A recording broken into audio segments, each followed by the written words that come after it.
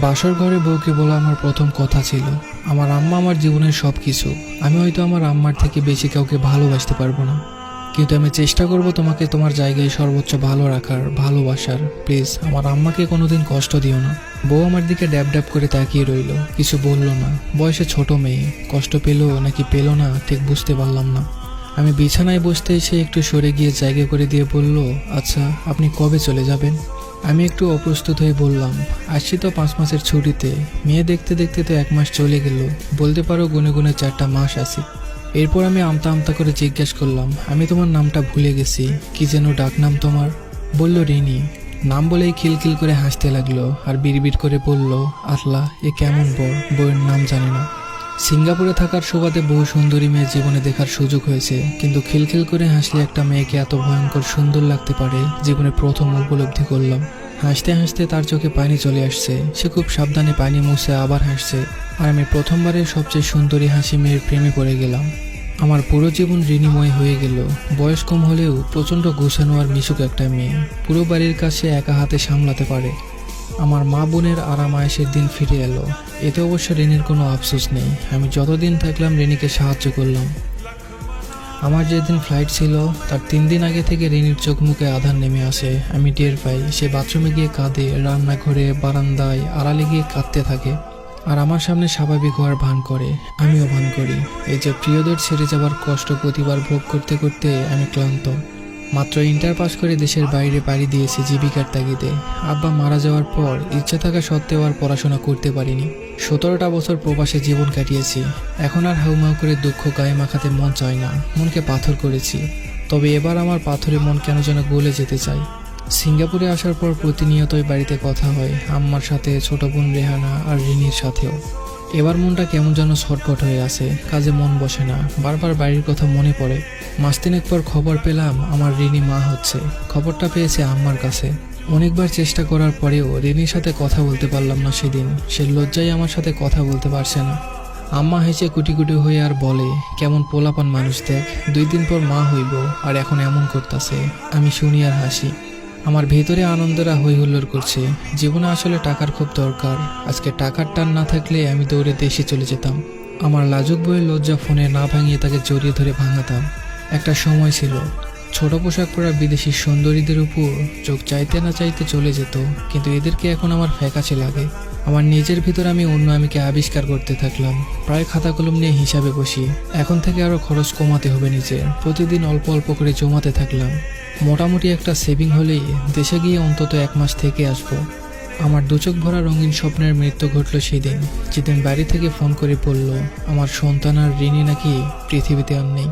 পানি ভেঙে যাওয়ার ফলে নাকি এমনটা হয়েছে। নিজেকে বোঝানোর মতো কোনো ভাষা আমার জানা ছিল না। শুধু তখন চিৎকার করে কান্না করতে মন চাইল, কিন্তু সেটাও পারছিলাম না। তখন শুধু আকাশের দিকে তাকিয়ে বললাম, হে আল্লাহ, আমি আপনার ফয়সালাকে মেনে নিয়েছি। আমার অশান্ত হৃদয়কে আপনি শান্ত করে দিন।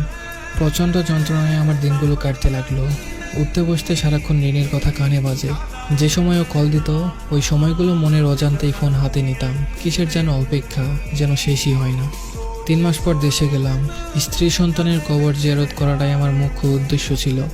রাতে রিনির ফোনটা ঘাটছিলাম, হঠাৎ তার মেসেঞ্জার চেক করে দেখলাম একটা আইডিতে রিনি অনেক মেসেজ পাঠিয়েছে, ভয়েস পাঠিয়েছে, কিন্তু ওপাশের কোনো মেসেজ নেই।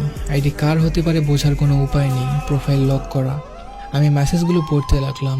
আমার মা বোনকে নিয়ে শত শত অভিযোগ, শত শত দুঃখ কষ্টের কথা সে লিখে পাঠিয়েছে। রাগ লাগছে, মনে সন্দেহ উকি দিল, সে কি কারোর সাথে পরকীয়ায় জড়িয়েছিল। পরের দিন সকালে আমি টাকা দিয়ে সেই আইডিটা হ্যাক করাই। লগ ইন করে বোকা বনে যাই। ফেক আইডি, কোনো ফ্রেন্ড নেই, রিনি ছাড়া কোনো পোস্টও নেই। লগ ইন ডিটেলস চেক করে বুঝলাম এটা রিনিরই আইডি, আর সে তার কষ্টগুলো আমাকে না বলে এখানে লিখে রেখেছে। অনেক জানা অজানা সত্য আমি জানতে পারলাম। সে আমাকে কেন বলেনি তা বুঝতে আমার আর বাকি রইল না। কতটা অমানবিক আমার মা আর বোন হতে পারে আমি চিন্তাও করতে পারছি না। মেয়েটা নিশ্চয় ভেবেছিল সবচেয়ে বেশি ভালোবাসার মানুষের নামে আমার কাছে অভিযোগ করতে নেই, কিংবা আমাকে সে কষ্ট দিতে চায়নি। অনুতাপ, অনুশোচনা আমাকে ঘিরে ধরল। আমি হাসপাতালে গেলাম, যেখানে রিনি মারা গেছে। অনেক কষ্টে ডাক্তারের সাথে যোগাযোগ করে জানতে পারলাম আসল সত্যটা। রিনিকে প্রথমত দেরিতে হাসপাতালে আনা হয়েছিল, দ্বিতীয়ত আম্মা আর বোন জোর করে নর্মাল ডেলিভারি করাতে চেয়েছিল। মূলত আম্মাকে রাজি করাতে করাতে আরও অনেকটা সময় পেরিয়ে যায়। খুব বাজে শোনালেও আমার অবচেতন মন আমাকে বারবার বলছে তোর আম্মা তোর বউয়ের খুনি। বাড়িতে এসে আম্মার রুমে গেলাম, আম্মার সামনে বসলাম আর আম্মাকে বললাম, আম্মা আমার ছোট বোনটার কেন যেন সিজার করেছিল ডাক্তার। আম্মা পানের বক্সটা খুলতে খুলতে বলল, কেন আবার? পানি ভাঙার ডর আছিল, ডাক্তারই তো কইল করতে, আল্লাহ বাঁচাইছে, সময় মতো করা গেছে। আম্মার উত্তরে আমার কলিজায় আগুন জ্বলে গেল। যেটা নিজের মেয়ের বেলায় ভাবতে পেরেছে সেটা রিনির বেলায় পারল না। একজন নারী হয়ে অন্য নারীর প্রতি এতটা অবহেলা। কোনো মতে ধৈর্য ধরে বললাম, আম্মা আমি কি আপনারে কখনো কষ্ট দিছি, ভালোবাসা কম দিছি? আম্মা এবার একটু অবাক হয়ে বলল, কেন বাজান, কি হয়েছে? এডিকুস কেড়ে। আমি আম্মার হাত ধরে বললাম, আম্মা আমি আপনারে এত ভালোবাসি, তাই জানতে চাই আমার দ্বারা আপনি কষ্ট পাইছেন কিনা। আম্মা আমার মাথায় হাত বুলিয়ে বলল, তুই আমার সোনার টুকরা ছেলে, তোর মতো ছেলে যেন আল্লাহ সবার ঘরে ঘরে দেয়। আমি আম্মার আর একটু কাছে গিয়ে বললাম, আম্মা রিনিকে তো আপনি রেহানা দুজনেই পছন্দ করে এনেছিলেন, তাহলে ওর সাথে এমন কেন করছেন আম্মা? পরে ফোনে কথা বলতে দেখলে এত ডাকাডাকি করতেন কেন বলেন তো? 8 মাসের পথই মানুষটারে দিয়ে কেন ভারী কাজ করাইতেন? খাবার কেন কম দিতেন আম্মা? আমি কি টাকা কম দিতাম? লাগলে আমারে বলতেন, আমি না খাইয়া টাকা দিতাম। আমি যে আল্লাহর ভরসায় আপনার কাছে আমার বউরে রেখে গিয়েছিলাম, আপনি আপনার বিবাহিত মেয়ের দেখভাল করলেন, যে শ্বশুর বাড়িতে না নিজের মায়ের কাছে থাকে বেশি। কিন্তু আমার এতিম বউটারে দেখলেন না আম্মা, কাজের লোকের মতো তারে দিয়ে খাটাচ্ছেন।